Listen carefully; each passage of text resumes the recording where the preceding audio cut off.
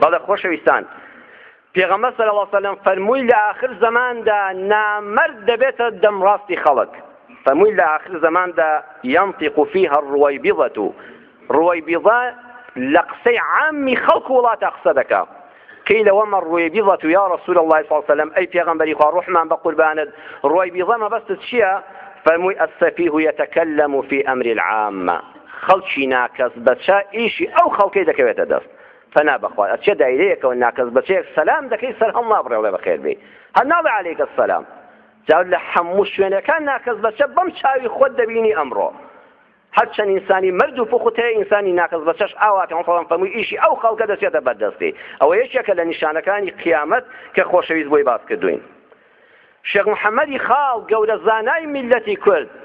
بەداخەوە ئەو زانایانە کەم باسییان دەکرێت لە کتێبی ناڵەی دەروونە دەفەرمێ ئینسانی وا هەیە دوو جار نامەردە دوو جار بۆ چونکە پۆستێک پلەیەکی هەیە لەگەڵ ئەوانەی ژێر دەستی خۆیدا بە فیز و دەعیە و بە تەکەبور و دڵڕق و قسەڕەقە لەگەڵ ئەوانەی کە لەسەر و خۆیەوەن دەفەرمێ ئینسانێکی ماستاوچی کلکەلەقەی ماکەرمەلەیە ئەوە قسەکەی شێخی خاڵە ئەفەرمێ کە چاوی بەسەر و خۆی دەکەوێت کلکەلەقەی و ماستاوچی کە ئەوانەی ژێر خۆشی دەبێنە قسەڕق و دڵڕق و دەموچاو تاڵ و بە دەعیە و فیز ئەوە دوو جار نامەردە چونکە خۆی بەرامبەر سەروەکان هیچ نییە بەڵام بەرامبەر ژێر دەستەکان هیچ سۆز و میهرەبانیەکی نییە ئەمڕۆ یادی ڕاپەڕینە ئێستا لە کوردستانە یادی ئەو ڕاپەڕینەیە کە جەماوەت کردی ڕاپەڕینێک کە لە دوای ستەم هات کە ئەو میلەتە چەند ساڵ بوو چاوەڕێ بوو خوا دەرگای ڕەحمەتی لێ کردەوە و ئێمە هەر بە ڕەحمەتی خوای دەزانین کە خوای ئەم ئازادی بە میلەت و کوردستانە بەخشیوە بەڵێ خۆشەویستان مامۆستا هێمنی موکریانی شاعیر بە ڕەحمەت بێ کاتی خۆی فەرمووی سەهۆڵبەندانی بێدادی ئەگەر چی تووش و دژوارە بەڵام لێم سوورە وەک ڕۆژی بەهار هەردێ لە دوی زستان بە خەڵکی عالەمی سەلماندووە تاریخی ئازادی دەبێ زاڵم لەبەر تێکۆشەران بەرداتەوە دەستان ڕۆژێ ئەو دەستانی تۆ خەمچی لێدان ئەبێت لە ئاستی ئەو دەستە تێکۆشەرانەدا ئەی زاڵم دەستەکان بخەیتە خوارەوە فعلا ساڵمی عێراق و دەور و بەریش هەموو دەستەکانیان خستە خوارەوە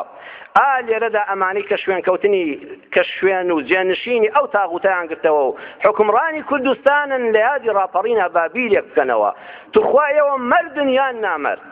شۆڕژێڕن یان دز و جەردا بۆمان یەکلاییکەنەوە شۆڕژێڕ ئەو کەسەیە خەباتی کردووە ڕۆحی خۆی فیدا کردووە بە قوربانی داوە شەو نخونی دیوە بەسەر ئەلغاما ڕۆیشتووە یەک ئامانج لە دڵیا بووە خۆزگە لە خۆزگەی خوا میلەتەکەم ئازاد بێ خۆزگە لە خۆزگەی خوا قژی کچی کوور بەدەستی زاڵمەوە نەبێ ئەم هەدەفەی هەبووە کوردستانێکی پڕ عەدالەت هەبێ و ئەم خەڵکە بە ئازادی تیا بڕوە ئەمە شۆڕژێڕە لە مقابلە خەڵکیش هەیە هەر وەکو ئەو خەبات دەکات ترس دەیگرێ خۆ بە کوژ دەدا دەیکوژن ڕێگا دەگرێ بەڵام دز و جەردەیە بۆ چونکە یەک هەدەفی هەیە تۆ بڵێ ڕۆژێ نەگەمە پۆست و کورسی و کولێرەیەک ئەو کاتە حەچی سەروەت و سامانی ئەو وڵاتەیە بۆ خۆماڵی دوشم بێقەمە ژیرفانمەوە